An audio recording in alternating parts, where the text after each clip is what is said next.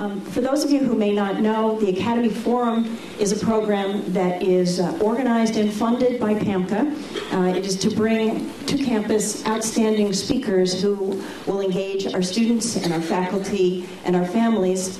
And it is also our pleasure to be able to open it up to the larger community. So we welcome you all. We're really delighted that you've braved the elements to join us tonight. Before we get going with our program tonight, there are just a couple people that I want to thank for making it possible for us. First, Amy South. Amy, where are you? Amy's around somewhere. Amy is our Community Vice President. There she is in the back. She is ultimately responsible for the entire event tonight. Next is Lucy Botzik, and Lucy is in the doorway there. Lucy has executed every single detail for tonight. We have Trish Perlmutter. Trish has shepherded this program from the very beginning. And last but not least,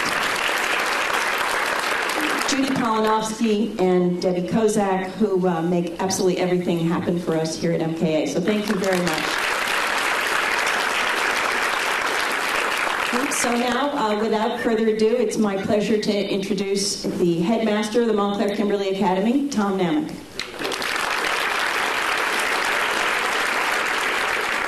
Well, good evening and welcome. I'm delighted to welcome you to the Montclair Kimberley Academy, and I want to also thank again our Parents Association. They have made this evening possible for us. While the program is free of charge, it's not free of expectations for how we will conduct ourselves as an audience. I have a couple of things I'd like to ask of you. Please, there's to be no electronic recording, audio or video. Please don't hold your phones up to take pictures, mostly because it distracts the people behind you.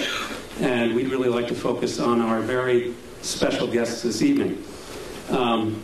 It's my privilege to introduce our guests, and I think they're well known to all of you, but I do want to say a couple things about them. Dr. Tyson has been a frequent guest on the Colbert Report, or rapport, I guess is the proper pronunciation. We're delighted that he's here, and we are also delighted and very grateful that Mr. Stephen Colbert has agreed to interview him for our benefit. Stephen Colbert, comedian, author, and host of the Colbert Report, is both one of the funniest and possibly the bravest comedians of our time. I want you to consider his performance at the National Press Club dinner in 2007.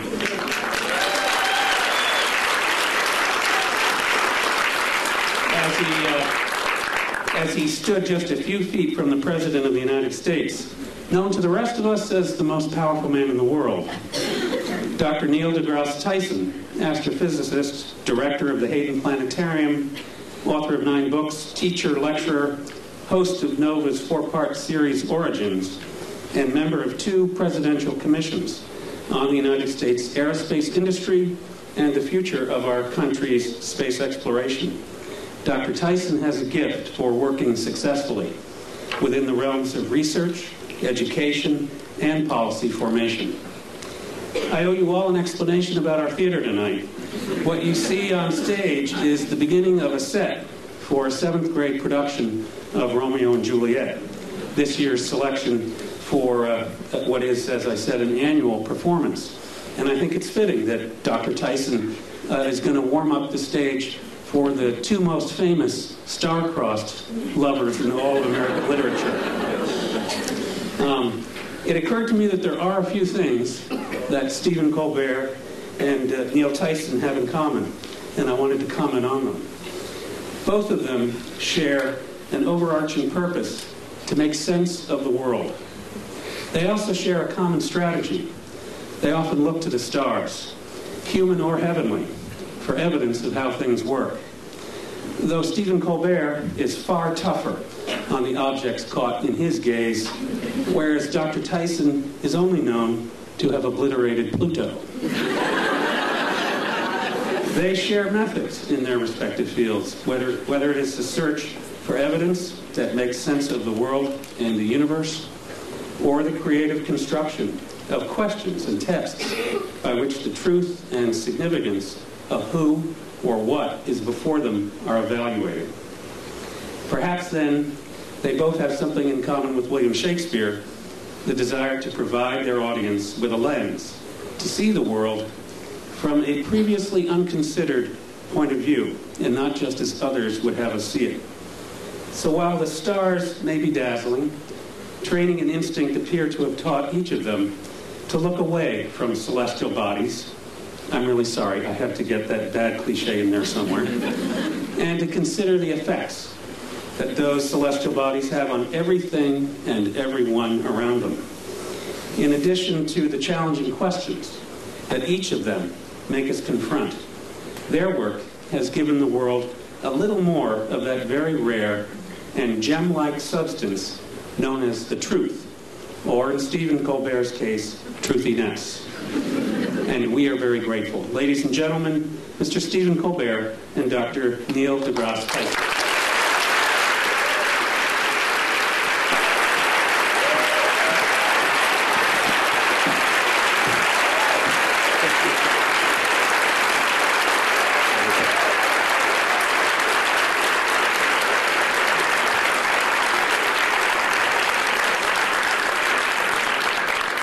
Romeo, Romeo, wherefore art thou, Romeo?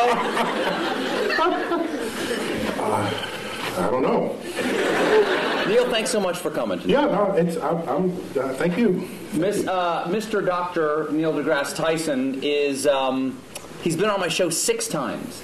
And often when I come out to greet the audience before I do my show, they ask me, who's your favorite guest of all time? And I say, not just for volume, but it's Neil deGrasse Tyson. Because not only do I love what Neil knows, but I love that he loves what he doesn't know. Always interested in the next thing to learn. Oh, yeah. And always roll to whatever idiocy my character wants to throw on him. I think the only time I ever surprised you, as you told me a little while ago, was I asked you, should scientists go to Argentina or hike the Appalachian Trail?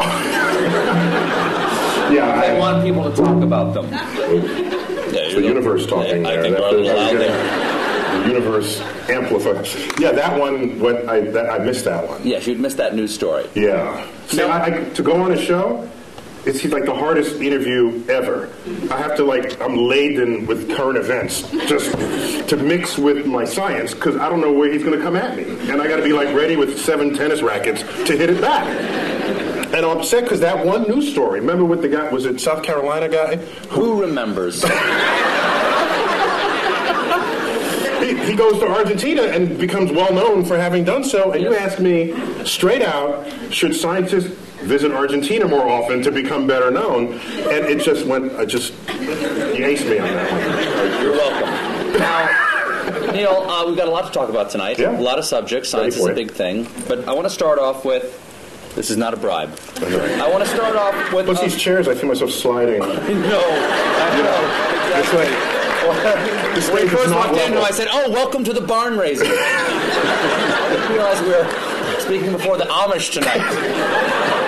Now it's going to make it tough to talk about science and technology. All right, Neil, I want to start. I want to start in a broad way. Are you tweeting now, or are you actually trying to interview me? No, I'm just looking at photos of myself. Get a little work done. I need a little freshen up. Now, let me ask you a very basic question. Science, from scientia, Latin, meaning knowledge. I didn't take Latin, but I'll take your word for it. Is it better to know or not to know? I think, well, my blunt answer is it's better to know. All right. But that is debatable, though. Well, I said it's my answer. Yeah. I mean, somebody else might have a different answer. For instance, Oedipus might have a different answer. Yeah. Yeah, I mean, I think... Is knowledge always a good thing? I have to say yes. Why? Because it empowers you to react and possibly even to do something about it if something about it needs to be done. Okay, but who we are is what we know, right? Part of who we are is what we know.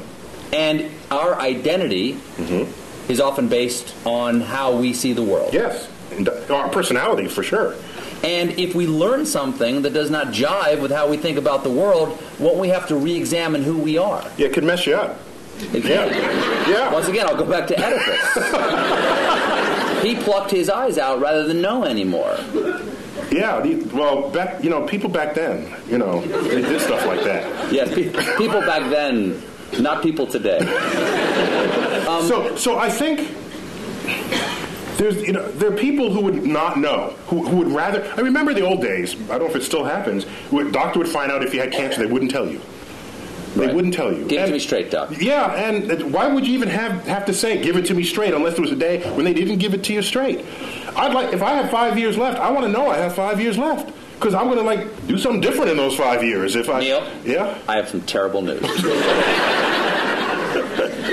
But there are some people who don't want, there are some people who don't value science. And if they don't value science, are they valuing ignorance? Yes, but I will not pass judgment on them. What I will say is, if they are at maximal comfort in their ignorance, fine. Except that they will not be the participants on the frontier of cosmic discovery. They will be disenfranchised. Hello?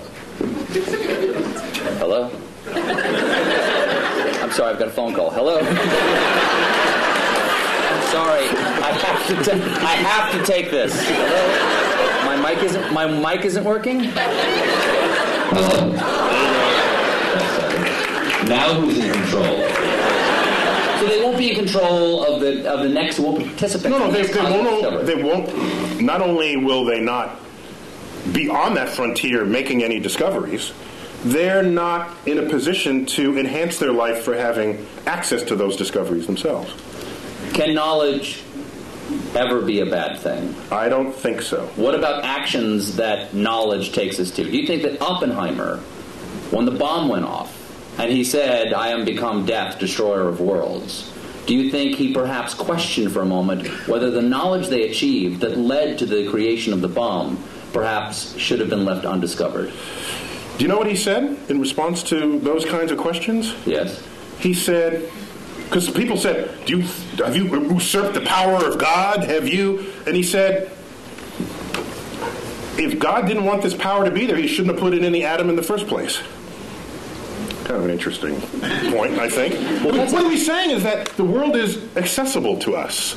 So would you say, don't smelt the ore and make iron and make a sword out of it because you could cut yourself? Back then, that's the counterpart statement from the Iron Age. And if you were around back then, you'd be sitting in this chair saying, don't make the sword, because you'd unleash evil on the world. Okay, I'll step back from don't make the sword. How about don't lick the flagpole in February? Yeah, You will learn something, but at a price, Neil. That'd be data. It's a data cost. It is. Yeah. There is a data cost for that, isn't it? Yeah. Also, Adam and Eve. They ate of the tree of knowledge of good and evil, and they paid a price. Yeah. So God does put things into atoms he doesn't want us to know about. However, I think I don't want to blame the knowledge. I want to blame the behavior of people in the presence of the knowledge. So maybe we need better knowledge management. Do you think that scientists you can applaud him. He's the hero. Well, how about this? Do you think that scientists should be allowed to do anything they can? I heard a big no over there. Someone just said no. People made fun of him for doing this, but during one of President Bush's State of the Union speeches... Bush 1 or 2? Bush 2. Mm-hmm. He said he warned against man-animal hybrids. Okay? And a lot of people, like me, made fun of that by showing pictures of, like, Senator Alligator Man going, boo, boo, yay, man-animal hybrids. But if scientists could make man-animal hybrids, wouldn't they? There are scientists who want to make man-animal hybrids. Should we make man-animal hybrids? I ask you, Senator Tyson. Should there be any limits like that? I think there's some creepy things about that, and I've met some scientists who would think that'd be an intriguing thing to do. Yes. Okay? I think we as a society, as a democracy, what we should do is come to some understanding of what the prevailing social mores are. And no, science should not cross those barriers. And by the way, scientists are often ones to try to prevent that. Einstein among them, for example. He didn't want to make the bomb after he first told Roosevelt he should make the bomb. He changed his mind because his conscience, his moral conscience, descended upon him. Scientists are not without moral code here. So as a culture and as a society, we decide what should be the prevailing cultural mores, and I think we should all be beholden to those. What do you think of the portrayal of scientists in movies? Because often, for instance, the scientists who make the Terminator, they're the bad guys. Scientists lead us to the Terminator, or they create the superbug that wipes out the world, or they enrage the monster at the bottom of the sea. When you part the curtains and at the bottom of all of that, there's a politician funding that research.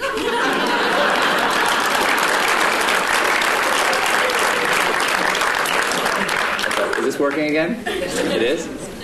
No, it's not. He says yes, you say no. Yeah, we got it. We're getting bad data. Just trying to... We're good. That was good. That's good? You're good. Oh, yeah. You're good. So scientists don't lead marching armies. Scientists don't invade other nations.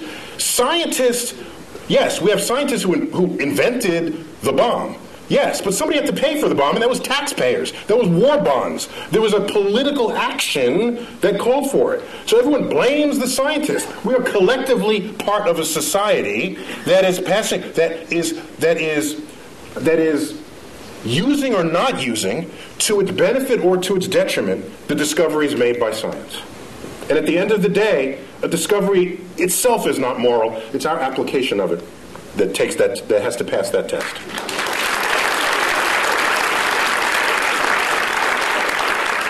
Would you agree that there's a distrust of science on a certain level in our country? I mean, unless it's, going to grow my hair back. Yeah, the right.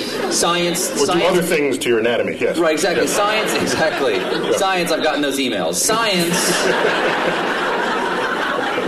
is sometimes distrusted because it is more complex than the average person can understand. I think that is the core of it. It's distrusted not because of what it can do, but because of because people don't understand how it does what it can do. And that absence of understanding or misunderstanding of the power of science is what makes people afraid of it.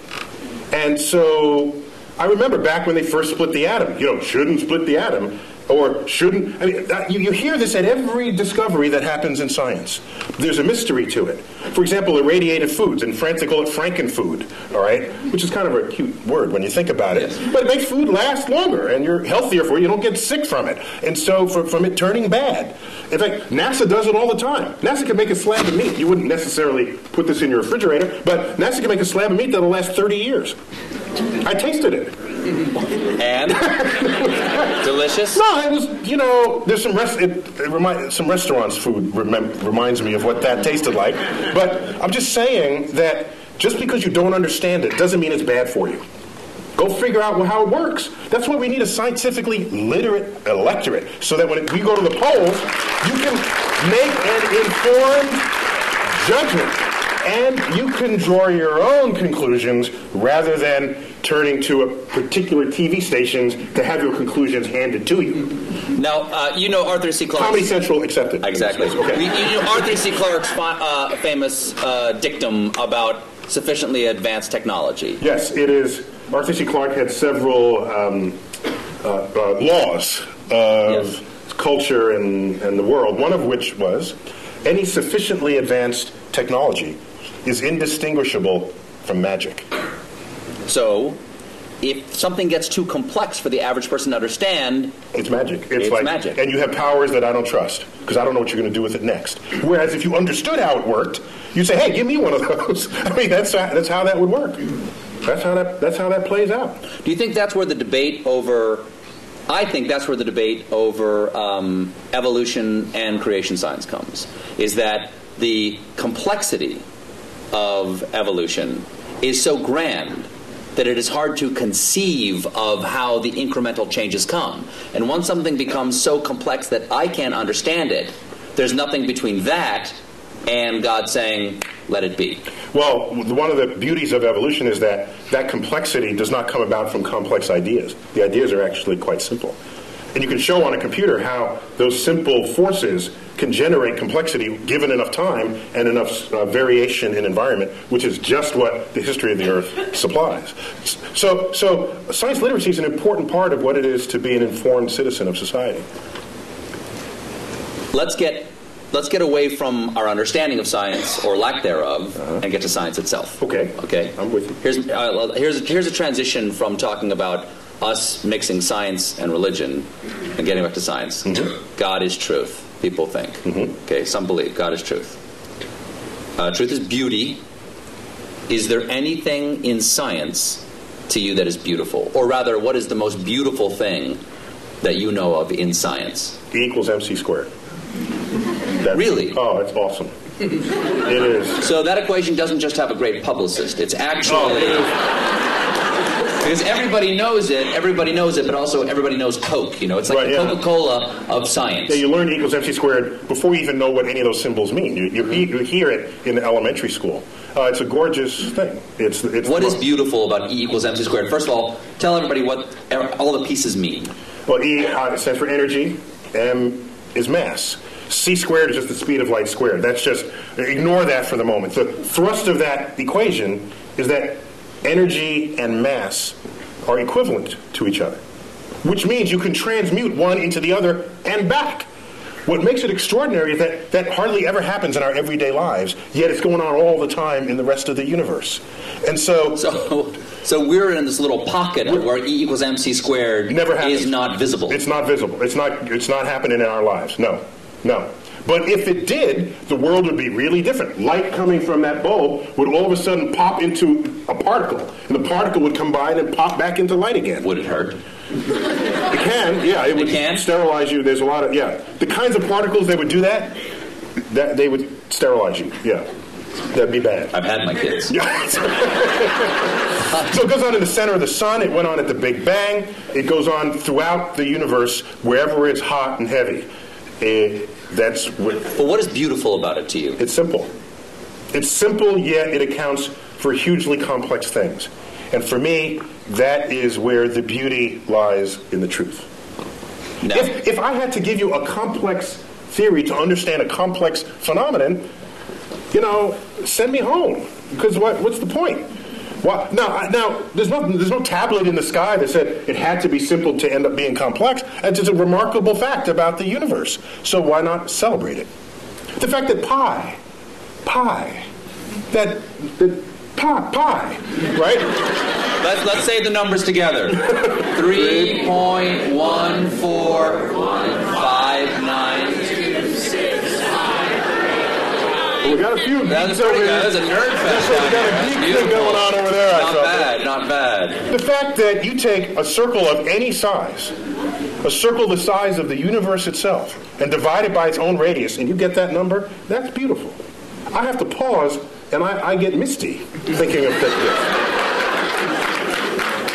I'm sorry, that's just another one, that the atoms and molecules in your body are traceable to the crucibles in the centers of stars that manufactured these elements over its lifespan, when unstable, on death, exploding its enriched guts across the galaxy, scattering it into gas clouds that would ultimately collapse and make a star and have the right ingredients to make planets and people. Which means we are part of this universe.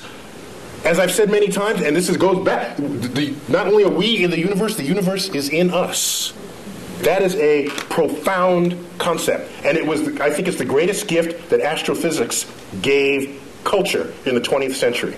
There's a research paper in 1957, and I say that because one of the authors just died, like 2 days ago, Jeff Burbidge. Burbidge, Fowler, and Hoyle. One of the most famous research papers that no one ever heard of. You know why, I think?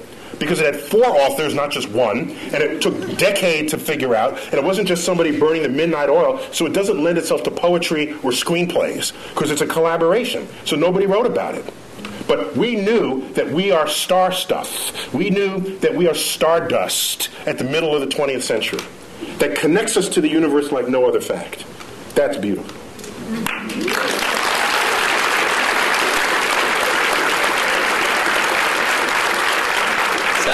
Sounds like you have written poetry about it.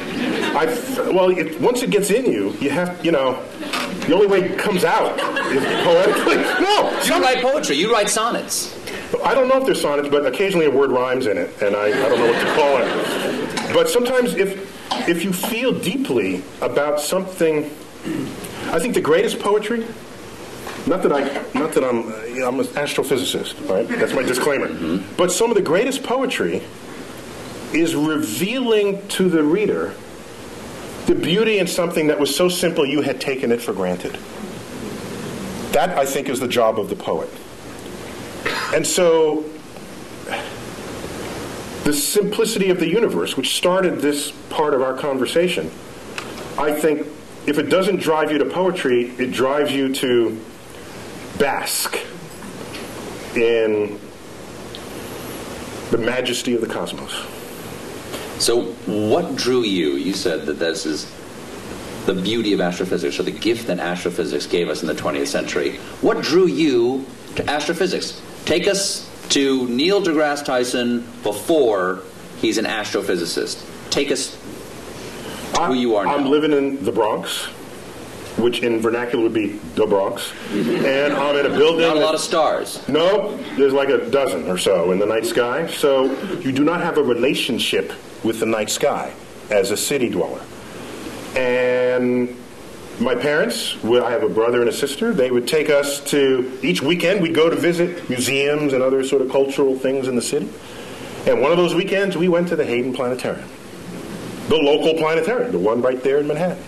And you sit in the chair, and the lights dim, the stars come out, and I said, "Oh, that's a nice hoax, that can't be real. I'll enjoy it while there's it, but that's fast. They think there's that many stars up there. Like, what kind of? Are they pulling my leg?" And a couple of years later, I go out to Pennsylvania in another trip that we took, and I looked up at the night sky, and what persists to this day, and what is an embarrassingly urban thought. I look up at the night sky from the finest mountaintops in the world, and I look up and I say, it reminds me of the Hayden Planetarium. It's embarrassing. See, I beg forgiveness. Wow. But so strong was that imprint that I'm certain that I had no choice in the matter. That, in fact, the universe called me. And I wonder that if I'd grown up on a farm and the universe and the sky was just always there, I wonder if that would just have become wallpaper to me, and I wouldn't have then been struck by it as I was at age 9. I'd never known anything of it. And then it just slaps you in the face. And from then on, I was hooked. It took 2 years for me to figure out you can do that as a career. But starting at age 11, you asked me, that annoying question adults ask kids, what do you want to be when you grow up? I heard a comedian say, you know why they ask? Because they're looking for ideas. That was Paula Poundstone who said that. If you had asked me from age 11, what do you want to be when you grow up, I would have told you flat out astrophysicist. And my whole life aligned to that. Got a telescope, got a camera, photographed it. All my science fair projects, one was getting the spectra of the sun and analyzing features in the spectra. I built the spectroscope. So I was like nerd kid, card carrying. But I was bigger than other kids, so I was insulated from a lot of what might otherwise happen to nerd kids. But you wrestled, too. I was captain of my high school's wrestling team. I've seen you in that wrestling outfit. Okay. You can rock a singlet. Well done. Now, singlet is what you call the one-piece... they know. No, okay. So... You wanted to become an astrophysicist. That leads to another question, which is, is it better to not to know? It's better to know. Can it be beautiful? Yes, it can be beautiful. Is science a thing, or is it a way to look at the world? Is it a verb, or is it a noun? It is both. The world is not just, is it this or that? Is it a planet or not a planet? It's sometimes... You must choose. It's fuzzier than that. Sometimes... So if I have a lot of facts in my head, if I can absorb a lot of facts, am I a scientist? No, you're a fact memorizer. In fact, I'll accept that as a compliment. Our academic system rewards people who know a lot of stuff, and generally we call those people smart. But at the end of the day, who do you want? The person who could figure stuff out that they've never seen before, or the person who could rattle off a bunch of facts? At the end of the day, I want the person who could figure stuff out. And science... Say if we're trapped on an island. Exactly. What, the professor on Gilligan's Island? It's not a matter of how many facts he can recite. It's like, there's a coconut, and there's a thing, and you have a ham radio. That's, exactly. Okay? Seawater, you stir in the salt water. You hook the wires up to Gilligan's fillings, and then you listen to his ear. Listen in it. So it's an understanding of the relationships. While we're on it, Ginger or Marianne? Totally Ginger. Ginger. Complete. That was like, she came around the wrong time of my life. I'm telling you. It was like Ginger all the way. For sure. So it's a way of approaching the world. It's a way, not only of approaching the world, it's a way of equipping yourself to interpret what happens in front of you. I think of science, the methods and tools that enable it, as kind of like a utility belt that you walk around with. And you come upon something. Are you a superhero? Yeah. In your mind, are you a super science? Actually, when I was a kid, I wanted to be Mighty Mouse when I was a kid. Really? I wanted to sing opera as I went to sing. Here I am to save the day. Yeah. So it's a tool belt. It's a tool belt. It's a utility belt. Utility belt, sorry. Because I'm picturing you in the singlet with the utility belt. Yeah, it's... a tool belt, the difference is a tool belt, if you have a hammer... As they say... You can hammer in the morning. You can hammer in the morning. If I had a hammer. Mm-hmm. The problem is, if you start wielding a hammer, then all your problems look like nails. Mm-hmm. And maybe they're not. Maybe it's more subtle than that. And so your toolkit has to be able to morph into what is necessary for what it is that you confront at that moment. And so, yes, you're equipped with methods of mathematical analysis, methods of interpretation. You know some basic laws of physics. So when someone says, I have these two crystals, if you rub them together, you'll get healthy. So rather than just discount it, because that's as lazy as accepting it. Both of those are just lazy brain. What you should do is inquire. So do you know how to inquire? And every scientist would know how to start that conversation. They would say, well, where'd you get these? What kinds of ailments does it cure? How does it work? What does it cost? Can you demonstrate that it works? And you go through this whole, and at the end the person's in tears because they weren't prepared for that level of questioning. And so science literacy is vaccine against charlatans of the world that would exploit your ignorance of the forces of nature. Neil, if you don't like the crystals I gave you, you can just say it. And they're not working for you because you don't believe.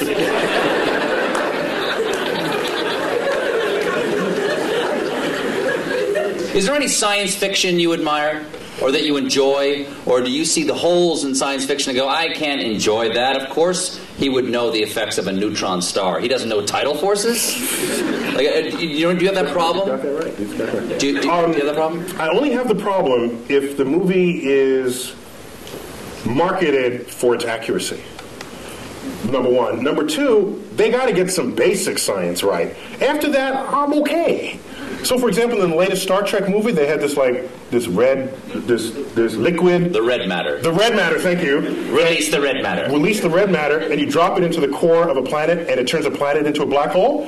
I thought that's kind of cool. What was a little weird was... Why didn't it turn the ship into a black hole? Well, no, because they had the special apparatus that surrounded it. And the apparatus did what? It's an anti-black hole apparatus. I'm okay with that. I was not losing sleep. That didn't bug you? Over what held the black hole. I didn't have an issue with that. But oddly, what I had an issue with was they needed this drill, which is a very cool kind of, that was the coolest thing I'd ever seen. Exactly. A drill that would drill to the center of your planet, and they dropped I'd say, if that would turn a planet into a black hole from its center, it surely would turn into a black hole from its surface. So you just drop it on the surface. What would Kirk and Sulu fight on? I know, right. They have to fight on the platform. So I'm okay. I got angry with Jim Cameron about Titanic. That's how I got angry. Did I tell you? I didn't tell you the story. You did not. Oh, no. Can I? I've never seen you this angry before. Just hold me back. I can't wait to see what you have to say about Avatar. You might turn blue with rage. Go on. So what was your problem with Titanic? There's a colleague of mine who saw Avatar, and he got home and he told his wife he wanted to paint her blue, and that didn't go over very well. Is she 10 feet tall? So Titanic, you may remember, was marketed as a film of high accuracy because Cameron had funded this submersible to go down and it checked out the staterooms and the wall sconces and the china patterns, and so they reproduced that to detail. And so here they recreate the ship for the movie. Can you double check that? No, because he had the submersible. You just have to trust him, okay? No, you got to trust him. So now, the ship sinks, right? Did I give away the... You see the movie yet? I'm sorry. Okay, so the ship sinks. I do. I remember. You remember that, okay? Very sad. And here's Kate Winslet on the flow. Remember that? And Yes. she's delirious. This isn't the scene where she's naked. Oh, sorry.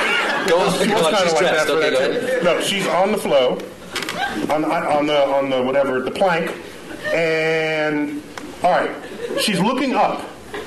We know the date, the time, the weather conditions, the longitude, the latitude. We know all of this about the sinking spot of the Titanic. There is only one sky she should have been looking at, and it was the wrong sky.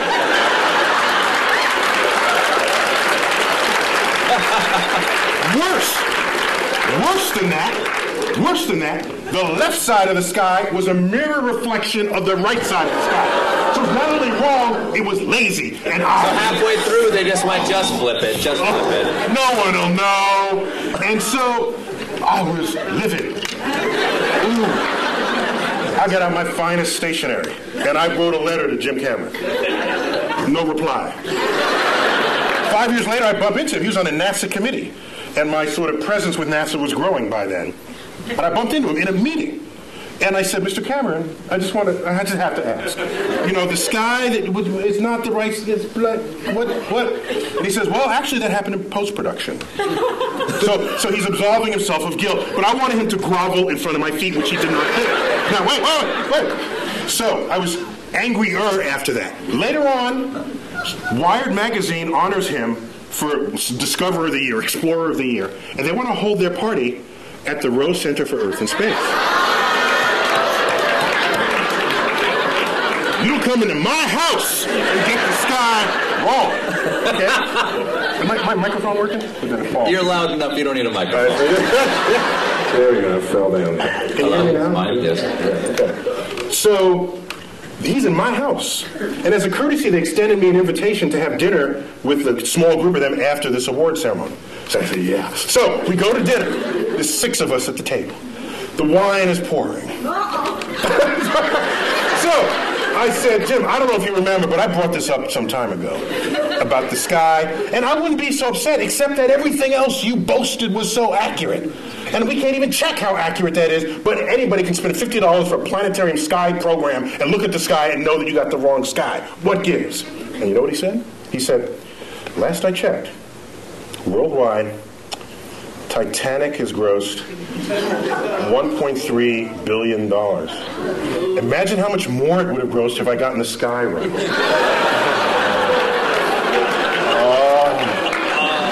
Oh man. I'm so sorry. That. If I had a tail, it would have been like between my legs, and I would have. And so I think you won that conversation. No, actually, I did. He retreated into his bank account. Here's what happened. But that money will all eventually be gone, and he would still have gotten the sky wrong. Oh, that's an interesting point. That's right. The sky will outlive even James Cameron. However, as dejected as I was, 2 weeks later I get a phone call. Forgot the guy's name. He calls me up and says, "Hello, it's Dr. Tyson." I said, "Yes."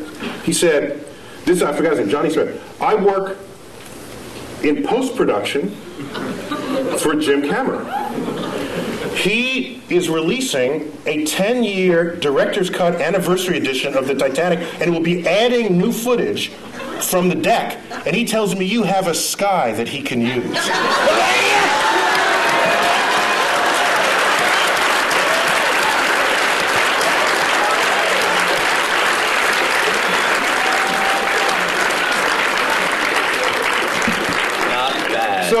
Not bad. You got your taste, right? You got a little taste. Yeah, right? It was good. No, I'm not. I'm a public servant. Yeah. I don't need a piece of the thing. Me too. So if you're gonna claim it's right, then I'm gonna hold you to it. If you're not, then I'll just sit back and enjoy it. What is you know what I don't like? I don't like is the people who you go see a movie with who read the book first. Get rid of them. They don't belong in the movie theater. All right? It's like, the book was better. Well, get the hell out of it. Get out of the movie theater. Then go back to your book. Leave me alone. Those people I can't stand. Stay home. We should not go to the movies together. Now, okay, I got three different things. What is the latest discovery in astrophysics that we should all know about? One of my favorite. I got to go back maybe 6 months for that. 8 months, may I? Okay. Okay. Well, we discovered water on the moon. That's kind of cool because where you're going, you want there to be water. All right, that's a good thing for life. But what struck me the most earlier in 2009, we discovered methane on Mars. Methane. If you have a gas stove and you live in a city, chances are it's methane. It's a flammable gas. You say, well, so what? Who cares? Except that methane is the byproduct. It's a part of the gaseous effluences of anaerobic bacteria, which on Earth operates deep in the intestinal tract of farm animals. That's a very scientific way of saying there are Mars farts. That's what you're saying, right? I didn't want to say it. Yeah. You got a doctor in front of your name. You can't say stuff like that. I can't say stuff like that. But that means that is possibility, or is that yeah, there's life, but no one will come out and say it? It means while you can generate methane other ways, such as it's sunlight. It's a combination of pressure, temperature, and energy source. You can manufacture methane. Magic. Right? So, but chemical magic. Yes. Chemical magic. But it is a natural byproduct of bacteria that thrive in the absence of oxygen. And you don't have oxygen deep in your intestinal tract, neither do any farm animals. And if you're down under and Mars doesn't have oxygen. So it's tantalizing to think that maybe there are life reservoirs in aquifers beneath the Martian soils. As I was saying before about is it better to know or not to know, and there are things about our own identity that we take from the knowledge that we have, yes, we do. or the things that we don't know, the assumptions of things that are not there to be known. And instead of using the word identity, I'd say they have an impact on our ego. Yes. Because the more we learn about the universe, the smaller we get. Mm-hmm. All right, in time, in space, in size, and so if you go in, not the way you just described it. The way you described it, you're a supernova. Well, that makes you bigger. Well, I think if you know about what's going on, then it's not mysterious and you're a participant in the unfolding cosmos. Otherwise, you are consumed by it and you fear it and you shun it. And you say, I don't want to know that I live on a speck called Earth, orbiting an undistinguished star in the corner of an ordinary galaxy in an expanding void of the cosmos. There are some happy thoughts in there, like understanding how that worked, recognizing that the human brain figured that out. That's kind of cool. There's a lot we still don't know, but what we do know, I think we can sit proudly and celebrate what we know about the universe. Maybe now, not every one of us figured it. Took a few key people like Newton and Einstein, but we learned what they taught us, and each of them stands on the shoulders of giants that came before them, just as the quote goes. Let's celebrate it, not fear it. But if we found out that there was life someplace other than Earth, what do you think that would do to our identity or our ego? It may signal a change in the human condition that we cannot foresee or imagine. I think it would. Now, I think the issue would be not if we find bacterial life, which is kind of what we're looking for now. Bacterial life, there's no question about whether in our mind's eye we reign supreme over bacteria, although it can win. Bacteria, do you know in 1 linear centimeter of your lower colon lives and works more bacteria than the number of people who have ever been born in the history of the world? So in fact, we are just hosts for bacteria to lead their lives. So from the point of view of a bacteria, we're just a place to live, a dark, warm place to live. But we're a planet, and they don't believe there's bacteria in any of the other planets. That'd be an interesting sci-fi novel. So the real issue is, if we find life on another planet that's smarter than we are, that would totally mess with our ego. That'd be the last, nail in the coffin of our ego. That used to be, well, we're humans, and we're on Earth, and Earth is small, and sun is insignificant. That'd be the last one, and I don't know how we'd be able to handle that. Do you think that there have been discoveries that have happened? For instance, I have heard discoveries that have changed our point of view about the universe that we are not aware of, that they've changed. In other words, the change has been so gradual, we don't realize we see the world differently. Has E equals MC squared, because that's coming up on 100 years? I'll tell you. Yes, it is, actually. Well, no, we're past the age. Last year was 100? No, 1905, so 2005. Okay. But so I got one for you. Has that changed us? I got one for you. In the 1920s, which was a watershed decade in the history of science, in that decade, we discovered that not only our galaxy, the Milky Way, is not the only existence of anything in the universe, that there are other Milky Ways out there. That recently?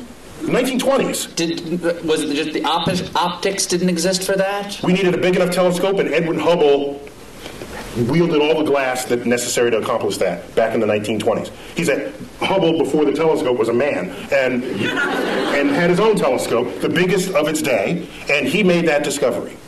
That there were these spiral fuzzy things in the night sky. We thought they were just local to us. They're whole other systems of stars. 100 billion stars unto itself, outside of our system. Not only was that discovered in 1926, 1929 he discovers that the universe is expanding, which means it may have had a back then, it may have had a beginning. If it's expanding, that meant it was littler in the past. Well, there must have been a day when it was all together in the same place. Thus was born the Big Bang. Okay, so now, also in that decade, quantum mechanics, quantum physics was discovered. That is the science of the small, the science of electrons, protons, neutrons, particles, nuclei. At the time, you'd say, this is just physicists burning tax money. Because who cares about the atom? I got my horse to feed. I got kids. You got issues in society. Yet it's quantum mechanics that is the entire foundation of our technological revolution. There would be no computers. There would be none of what you take for granted. Your iPod, your iPhone, cell phones, the space program, without our understanding of the laws of physics as they operate on that atomic and molecular and nuclear level. And so the chemist has no understanding of the periodic table of elements without quantum mechanics. To them, it's just a list of elements. Quantum mechanics tells you why this column is there, and that's there, why this mates with that, and why that makes a molecule with that. That's quantum mechanics, and it's unheralded. You ask me, is there any discovery that has changed how we live? It is quantum mechanics. And I make this point because I'm ready to...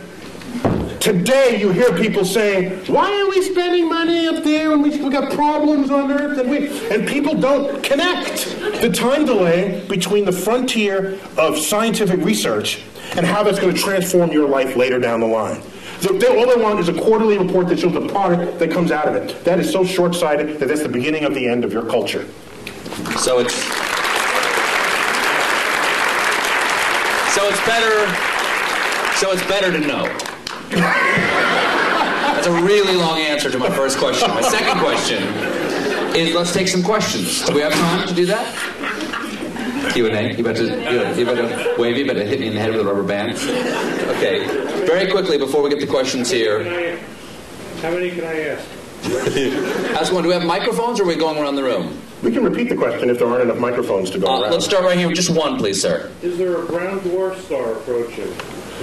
Is there a brown dwarf star approaching? Okay. Dare I suggest that I think I know much more deeply about what's behind that question? He's asking about Planet X. Do share. That would swing by Earth in the year 2012 and tip us on our axis and have it be the end of civilization as we know it. Is that right, sir? Oh, I heard about that. Yeah. I'm digging a subterranean chamber. Yeah. Me and my kids are going to be fine. Yeah, go on. When's it get here? It doesn't exist. Moving on. Next question. Yes.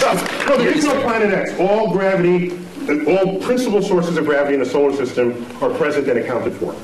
Anything we discover now are tiny and insignificant, like Pluto's relatives. Yes. Yes. Anything to say about Apophis? Apophis. An asteroid the size of the Rose Bowl. Discovered December 2004. Headed towards Earth. It's not alone among asteroids headed towards Earth, except that this one is headed, there's a whole set of asteroids that cross Earth's orbit. That alone is not a problem. You cross the street all the time, but at different times the trucks drive by, okay? So the issue is, are you crossing the street when the truck is driving there at the same moment? That simultaneity is what matters. Apophis, when you ran the calculations, showed that there was a chance of it hitting us in the year 2036, with a close approach in the year 2029 on April 13th. A Friday, by the way. But here's what's significant about that. We've had close approaches before, but none this close. This is the size of the Rose Bowl, and on April 13th, 2029, it'll come close enough to Earth to dip below our orbiting communication satellites. Do you think 2.5% is a big number for that asteroid to come to Earth? No, right now the best estimates are several in a million that it will hit us in 2036. And if it does, it will likely hit the Pacific Ocean, plunge into a depth of 3 miles, explode, cavitate the ocean, send waves of tsunamis. The first one from the impact. The second one, because the water splashes back into the cavity, goes high into the air, drops back down, and sends another pulse. This will go on about 40 times. There'll be multiple tsunamis. I was just on the Santa Monica beach 2 nights ago, because Santa Monica is the first city to get hit, because it's the beeline right up from Santa Monica, 600 kilometers into the Pacific. 5-story tall tsunami would take out the entire west coast of the United States. But nobody has to die, because we know this well in advance. But I think 2 people will die. The stupid surfer who wants to surf that tsunami, we know people like this, right? You see them. And you know who else, of course? The weatherman who wants to bring the camera guy closer. Can you see the waves hitting the shore? Okay, take him out too. We don't need either one of them, and we'll get on with it. That would make a great James Cameron movie. Yes. Tonight there's a wolf moon. Can you explain what that means? What's a wolf moon? Okay, each full moon of the year has a name, and there are regional variations among those names. And the wolf moon, it's when it's snowy and the wolves howl. You can see the wolf in the light of the moon because the landscape is white, and the wolves don't turn white, so you can see them against this. And so depending on if you live in a region where there are wolves, that would be what you would call it. Other full moon names you've heard of, the harvest moon is one of them. The honeymoon is one. That's the moon that's in June, the honeymoon, because that moon actually never gets very high in the sky. And it's amber the entire time. It takes on the color of honey. And so it's called the honeymoon, and you get married in June. And that's where you get the name honeymoon for that. Yeah. Anyone over here? No? Yes, sir. I think, in astronomy, probably dark energy was sort of a real game changer about 10 years ago, the discovery that the expansion of the universe is speeding up. If there's a game changer in the next 20 years, what is it? The question is, dark energy He said 10 years ago it was like a game changer. Can I foresee any game changers on the horizon? Well, it turns out dark energy was not as much of a game changer as you might think. Because we already had a slot for it in Einstein's equations. We already had a placeholder. No one had ever measured it before. So we just assumed it was zero and got on with life. The moment it was discovered, we said, hey, now we can stick it in the equation. It's like, whoa! Its presence in the equation shows that there's this pressure operating against the action of gravity, making the universe accelerate in its expansion. And that's extraordinary, because it means the day will come where these galaxies that Hubble discovered will move away from us with such speed that they will disappear beyond our horizon, and the total known universe at that time will only be the Milky Way, restoring the state of mind of our universe that existed before 1920. That's a spooky time. We would have to hand down the annals of cosmology from previous centuries to hear about the galaxies that were once in the night sky. So game changers going forward. If we discover the dark matter particle, that'd be kind of cool. If dark energy and dark matter, because we don't know what's causing either one of them, but we measure them. So they are real in their action on the universe. We just don't know what it is. Okay? As distinct from the ether 100 years ago, we never measured it. We just assumed it was there. There was no data. It was just dark matter, dark energy. We can call it Fred and Wilma. Don't think it's matter or energy. We don't know what it is. Don't let the name fool you. I'll henceforth call it Fred and Wilma. Okay? So, with Fred and Wilma, these two things, it may be a game changer. Once we figure out what it is, it's a new particle that then we can exploit to our benefit in the same way our understanding of quantum physics enabled us to exploit the behavior of atoms and nuclei to our benefit. So a new kind of physics would transform how we live. Yes, that's one way I'm thinking about it. Is Pluto going to be excised, so not just because you send it out, but because the ice will expire quickly? Will Pluto not only be humiliated by Neil deGrasse Tyson? You may not know this. That's not the word she said. She used that word. Excised from the family of planets. Neil was on the group that gave the recommendation that Pluto be demoted, correct? We thought differently about Pluto's identity than Pluto did, and other supporters of it. We just grouped it with other icy bodies in the outer solar system that, at the time, were being discovered. Don't shoot the messenger.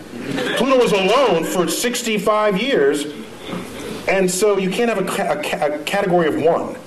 That doesn't work in science. You need a few things to make a category. So he's okay. It wasn't a category, though. It was a planet. Well, yeah. My very elegant mother just sat upon 9 porcupine. Now she just sits upon 9. It doesn't make any sense. Yeah, it doesn't make any sense. Where's the porcupine? If she's that elegant, she wouldn't have sat on a porcupine, I don't think. So once we found other icy bodies, all we did was group them together. We said, Pluto, we found family for you. In fact, we think you're happier there, because now you're one of the biggest icy bodies. And rather than a pipsqueak planet. You sent Pluto to a farm upstate to run and chase rabbits. Is what you did. It's much happier there, kids. It's happier there. And I didn't do this alone. Is there a supergiant beyond Pluto that pulls comets in? Is there a chance there's something out there that's drawing? There was a hypothetical star, which is related a little bit to what led to this invention of this the brown dwarf that you won't talk about, but you and I know. Yes. Yeah. There was come down to the bunker too. There was a suggestion that there was a companion star to the Sun, provisionally called Nemesis, that would have this long orbit that would jostle comets in the outer solar system and send them raining down on Earth, creating mass extinctions, accounting for the extinction episodes in the fossil record. But it was an interesting hypothesis that was never supported by data, and so when you're not supported by data, you discard the hypothesis. That's how science works. You don't believe something just because you want to, or think something's true just because it feels good. At some point, you've got to confront the data. So getting back to the point... You've never been in politics. So getting back to the point, the recognition that Pluto is made half ice, and ice evaporates, so will Pluto one day disappear? No, Pluto's too far away from the sun for that to ever meaningfully evaporate and disappear completely. Yes? What was the point of the Large Hadron Collider? What was the plan, did you say? The point. The point of What the Large Hadron was the Collider. point? He speaks in past tense as though we're done with it. Okay, We what just is? turned on the switch, the Large Hadron Collider in Switzerland. The point of the Large Hadron Collider was to embarrass America, to make us feel bad that we didn't have our collider built back in the 1980s when it was first funded.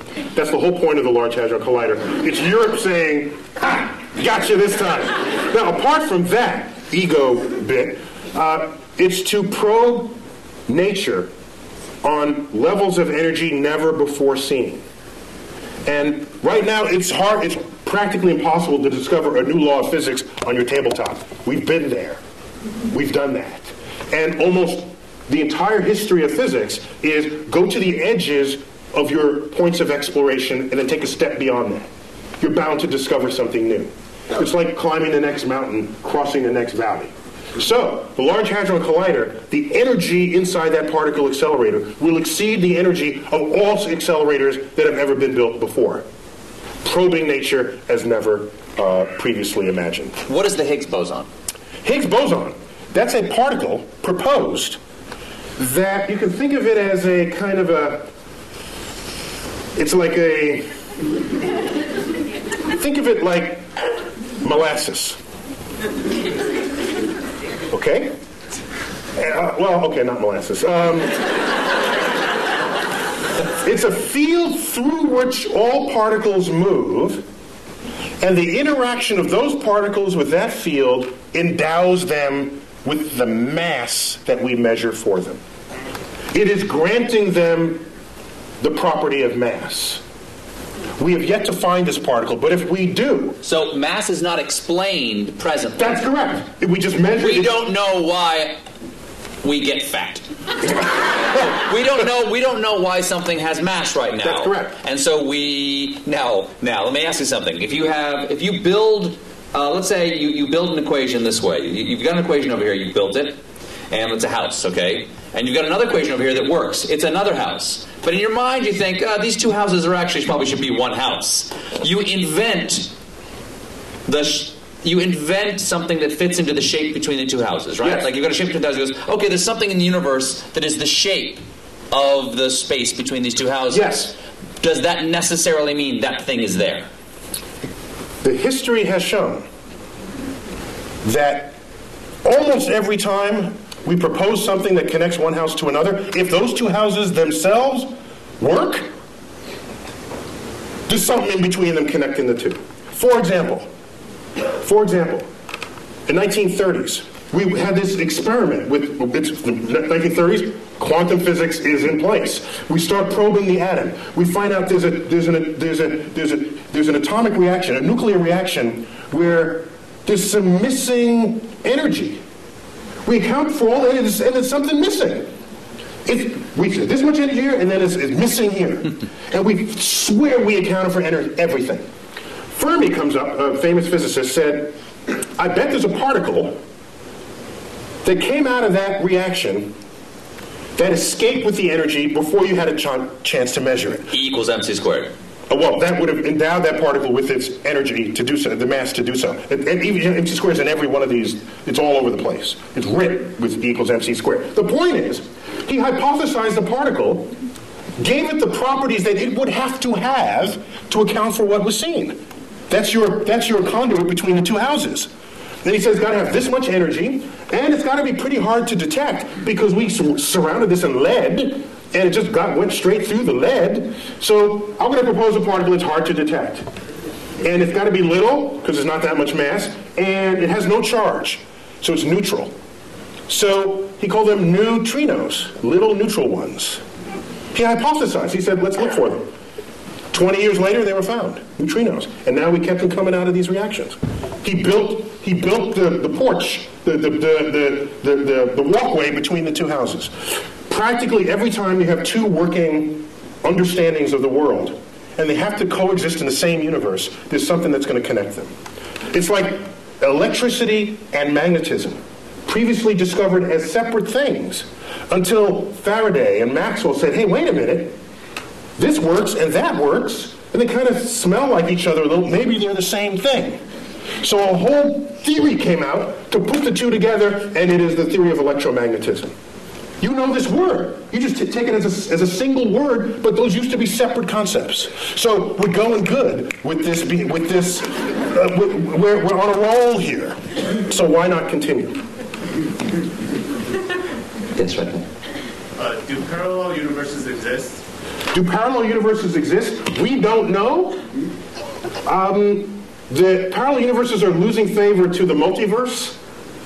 We have some cogent theoretical expectations that our universe might be just one of many, spawned from this sort of this hyperdimensional medium, which we'll call the multiverse. There's no data to support it, but we have good theoretical premise to think that it's there. And we have philosophical precedent. We used to think Earth was special and unique. It wasn't. We got 8 planets. We thought the sun was special. It's one of 100 billion suns. Thought the galaxy was special. No, it's 100 billion galaxies. We have one universe. Or do we? The track record said, why should there only be one? Be open to the possibility that you don't live in the majority-looking universe that's out there. Would a separate universe, when you say different universe, does that mean slightly different laws of physics, which makes That's what I'm asking. Oh yes. Well, this is the fun part, because if you manage to get a portal to another universe, don't be the first one to volunteer to go through it, because your atoms are working in this universe. If the slightly different law of physics, you could implode, explode, come out with 3 heads. Who knows? There's a different exchange rate over there. Yes. Yes. Someone, let's go in the back, in the middle, and I think you have a white sweater on, yes. Is it possible to tunnel through a black hole, like quantum mechanically speaking? Can a black hole be used to travel? How about that? Can we say that? No, it's a little different. Like, Steve, get with it. Tunnel through a black hole. Yes. As if it creates a tunnel in space or time. Quantum mechanically is what she said. Quantum mechanically, can you tunnel through a black hole? I'm not going to try to interpret this one. Well, I have to ask, did you want to land someplace else when you're done, or are you content with being dead when it's over? I need to know before I answer. I guess it's okay if I die. It's okay if you die. For science. For science. Stephen Hawking showed just recently that, and for me this was kind of spooky amazing, that black holes remember everything that they have ever eaten. Which means it's not a tunnel to anywhere. Everything that it ate is sitting there at the singularity at its center. Now the spooky part, that's not the spooky part. The spooky part is, Stephen Hawking showed 40 years ago that black holes can actually evaporate. The matter that's within a black hole can rise up out of the gravitational field that surrounds it and spontaneously birth a pair of particles. That's just E equals mc squared doing its thing. E equals mc squared. The gravity field has high energy density. Out of that pops particles. And those particles escape, taking matter away from the black hole. From the gravity field of the black hole. Doesn't that fly in the face of how we think of a black hole? In a black hole, gone forever. Because nothing escapes, because nothing can surpass the energy needed to go faster than the speed of light. Except quantum mechanics, this quantum physics from the 1920s gets you out of that problem. That's a classical understanding of black holes. You layer quantum mechanics on it, weird stuff happens. Completely legitimately weird stuff happens. So you birth these particles outside the thing. Now here's what happens. I dump you. That sounds like that. I'm not interrupting. That sounds like science is making magical exceptions for itself. Quantum physics is kind of magic because none of it issues forth from your common sense. Particles pop in and out of existence. One time it's a wave, the next time it's a particle, and it interacts with itself and you measure it here, but it shows up there. If we were forged in that world, then all that would be common sense. N equals mc squared would be a daily phenomenon. You wouldn't need Einstein to figure it out. You'd be learning it in elementary school. But that is a foreign universe to us. And so what goes on there, you are prone to say, that doesn't make sense. You know something? It's of no obligation to make sense to you because your senses didn't come out of that universe. Out of that universe of tiny particles. We don't live there. If you let something go and it drops, you say that makes sense. If you let something go and it goes up, you say that doesn't make sense. In quantum world, that happens all the time. It would make sense in the quantum world. So I submit to you that if I take your body and dump it into a black hole, what Stephen Hawking showed is that all the particles that went into the black hole, let's say it's Stephen Colbert black hole, okay? No other contaminating bodies but your atoms in the center of this black hole. And I wait around, and out here in the gravity field, particles pop into existence. And I make a check. How many protons? How many neutrons? How many electrons? How many neutrinos? By the time this black hole is evaporated, it would have been every single particle that you were having fallen in the first place. Extracted out of the energy field of the black hole. So it remembers who you were even out in the gravitational field. That's spooky to me. Is the black hole now gone? Gone. Gone. Just it pops out of existence. Evaporated. It takes, by the way, it takes several trillion years for that, so don't wait around for it. It's that young man right there. How do you figure all this out? Okay. How do you figure all this out? It's an excellent question. Yeah, it's a good one. Isaac Newton did it all by himself. He was like really, really, really smart. A quick Isaac Newton story. He discovered laws of motion, laws of gravity. Just shows that planets don't orbit in circles, as Copernicus had thought, but in slightly flattened circles we call ellipses. And so a friend of his said, Ike, why? That may be called, I don't know what you call it. Why that shape and not some other shape? He couldn't answer that question. I'll get back to you. Goes home for 2 months, comes back. Here's why it's that shape. They're conic sections that cuts through the thing. And said, well, how did you figure that out? He said, well, I had to invent integral and differential calculus to figure it out. So some people invent their own tools and methods to discover the world. Most people learn the tools from someone else and then apply them to make incremental changes. Some people make huge changes, like Isaac Newton and Einstein and others. Isaac Newton once said, if I can see farther than others, it's because I've stood on the shoulders of giants who have come before me. But I've read Isaac Newton, and his stuff makes the hair on the, if I had hair, it would rise up on the back of my neck, how plugged in he was to the universe. And I'm saying to myself, that quote cannot have possibly have been honest. What it really meant, if I'd give that quote to him, I'd say, if I can see farther than others, it's because I'm standing among midgets, that's why. He can see farther than everybody else. In the case of Isaac Newton. I'm afraid we only have time for one more question. Yes, sir. Actually, that was a great segue to my question. You talked. We organize this all for your question. Sure. Early in the evening, you brought up the ideas of scientific literacy and technology management. I'd like to hear your opinions on where the policy needs to go to make a positive impact in that area. Ooh. All right, Neil. Can you repeat that for everybody? The question is, we were talking earlier about scientific literacy and our approach towards science as a nation. In your opinion, and you serve on science advisory panels, where do you think we need to go as a nation? What do we need to do to increase our scientific literacy? I'll answer two-pronged. One is, what do you do with your kids? And kids need to be able to explore freely. And if you look at most households, they're not designed for that. They're designed to have the kid not explore. The kid comes into your kitchen and pulls out the pots and pans and starts banging them. What's the first thing you do as a parent? Stop that, you're getting the dishes dirty. Yet these are experiments in acoustics. That's what that is. Okay? Whatever the kid is doing, if it has the chance of breaking something, you're going to tell them to not do it, without thinking that that's the consequence of an experiment that they are conducting. And every time the kid wants to do something, provided it doesn't kill them, it's an experiment. Let it run its course, even if it makes something messy. You agreed to have a kid in the first place? Fine, clean up after them. And when they open up...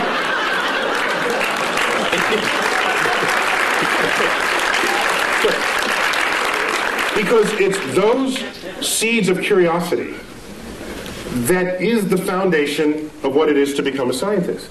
Now, I don't want everybody to be a scientist. That'd be a boring world. I want the poets, and I want the musicians, and we need that. And I don't have a... But I'm talking about promoting science literacy. And so the first step for the parent is to get out of the way. Allow the child to explore. They start playing in the mud. Don't do that in the mud. I just cleaned those pants. You're getting in the way of another experiment. They start plucking the petals off the flowers you just bought from the florist. And you say, stop that, I just paid $10 for the flowers. Had you let that continue, they'd find in the middle the stamen and the pistil, and they'd learn something about the flower. For $10. That's cheap. Derek Bach, one-time president of Harvard, once said, if you think education is expensive, try the cost of ignorance. And so that's got to start at home. In the schools, I don't have a problem with the fact memorizing, but don't equate that with what it is to be wise or what it is to be smart. Smart should be some combination of that, yes, but also, what is your lens on the world? How do you figure things out? And you promote that by stimulating curiosity. And I don't see enough stimulating curiosity in this world. This is a famous school right here. I saw the banner in the opening corridors. So you probably don't have that problem here, all right? But the whole world is not educated in this building. So a lot of change would need to happen in that regard. Now getting back to policy. I have tried. You do a simple Google, like YouTube and Tyson, my name, but put Neil so you don't get Mike. Right? Dining on someone's ear. Half of what ends up thrown onto YouTube are talks I've given where I'm trying to convince people, not only the public, but lawmakers and people in power, that investing in the frontier of science, however remote it may seem in its relevance to what you're doing today, is a way of stockpiling the seed corns of future harvests of this nation. And those seed corns, what they do is, whether or not you know it today, advancing a frontier, history has shown, has advanced a culture ever since the Industrial Revolution got underway. And we can speak more hegemonistically about it, that anyone who has embraced the powers of technology has enjoyed economic wealth, the likes of which the world has never seen, attendant with strength of security. Okay? And so people say today, they'll say, suppose the next terrorist attack is like a chemical attack. Do you call out the Marines, or do you get your best chemists to figure out what to do about that? There's a point where your weapons are not as useful as the brain of the scientist who you could bring to bear on the problem. And so I see science and technology and creative investments in it as the most significant infusion to our economy that could possibly be conceived. The problem is it's not going to boost the economy next quarter. It's got a time horizon longer than most people have the patience for, and most politicians have the re-election cycle to be tolerant of. So what we need is a longer view on those investments. I don't want to have NASA going hand in hand trying to get money to stimulate the frontier of cosmic discovery. And that frontier now involves biologists in the search for life, chemists in understanding the soils of Mars, aerospace engineers. You know what I don't want to do? I don't want to stand in front of 8th graders and say, who wants to be an aerospace engineer so that you can design an airplane that's 15% more fuel efficient than the one your father flew? That's not going to get them. But if I say, who wants to be an engineer and design the airfoil that'll fly in the rarefied atmosphere of Mars, I'm going to get the best students in the class, and you know it. Because that's an exciting project for smart people to work on, motivated people to work on. And when you have them, they invent stuff. They discover things. They transform the culture in which we live on a time horizon that is not easy to just tell someone in a one-sentence soundbite. And what I want is a level of science and cultural literacy that will allow the public to be able to think beyond the election cycle, to think for themselves and say, this is a good investment. How How many times have you heard people say, if you're not among us here, why are we spending money up there when we have the problems down here? Have you ever asked how much money we're spending up there? Ask that question. You know what the answer is? I've asked people, how much money do you think we're spending? Here's your tax dollar. How much do you think? 10%? 15%? Those are the kinds of answers I get. You know how much is getting spent? The rovers, the space station, the space shuttles, all the launch vehicles, all the NASA centers is 0.6 of 1 penny on your tax dollar. 0.6 of 1 penny pays for it all. And you're telling me, why are we spending money there and down here? If you need that money to solve these problems, you got some other problems going on. Okay? That's a whole other problem with society. So, I'm sorry, I'm getting off. So my point is, I think the greatest, the greatest need is to be able to have the foresight necessary to make investments on the frontier of science, even if at the time you make those investments, you cannot figure out how that might make you rich tomorrow. Michael Faraday, in the 1840s, was the first one to pass a wire through a magnetic field. And it made a little meter tick it moved a meter. He hooked up to it. Now this guy, you do this and this happens. That's kind of cool. If you're nerdy, to a nerd, that's a cool thing, right? You do this and this happens. And so what was happening is, it induced a current through the wire. He showed his colleagues. It looked like just kind of a curiosity, a toy. Showed it to Parliament. They say, why, is this what we're funding? We're funding this toy? And this may be apocryphal, but it is said of Faraday, in response to this inquiry, said this, because they asked, well, what value is this to the British Empire and to the king? He said, I don't know what value it is today, but I know one day you're going to tax it. And in fact, that is the foundation of how all electricity is made today. And it would take another 60 years before electricity would come to homes. But who could have known it at the time? I don't want to be left behind.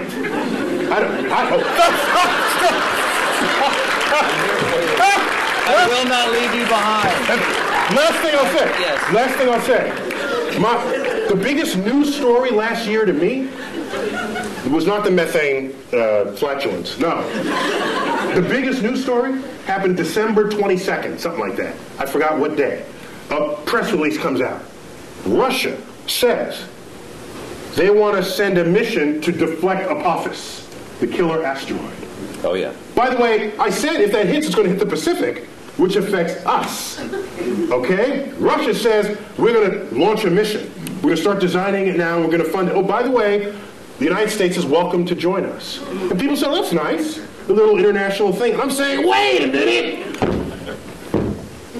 Something's wrong here.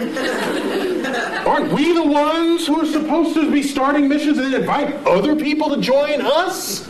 Isn't that how it's been? So that was a sign, one of many, that our significance and meaning on the world stage is fading. And it's fading fast. And it's not a cliff. It's just a fade. And the day will come where the rest of the world just makes their own decisions about the future of their own space exploration and technologies. And we're sitting back saying, hi, fellas, can we join along? Neil, we already proved we can deflect asteroids in the movie Armageddon. Yes. So there's our fantasy. We don't do it in real, we do it on the silver screen, and we're happy about that. Maybe we got to fix that disconnect. Last question. Why is there something instead of nothing? 10 words or less.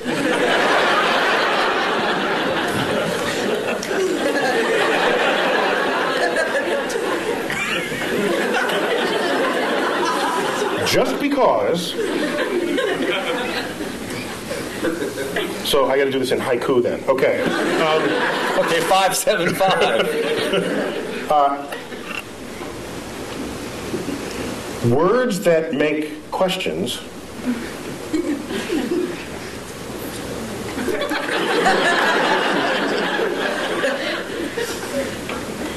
may not be questions at all. well rebuked. Neil deGrasse Tyson, it is an honor to have you here and an honor always to talk to you. Please, come on, give it up for Neil deGrasse Tyson. Thank you.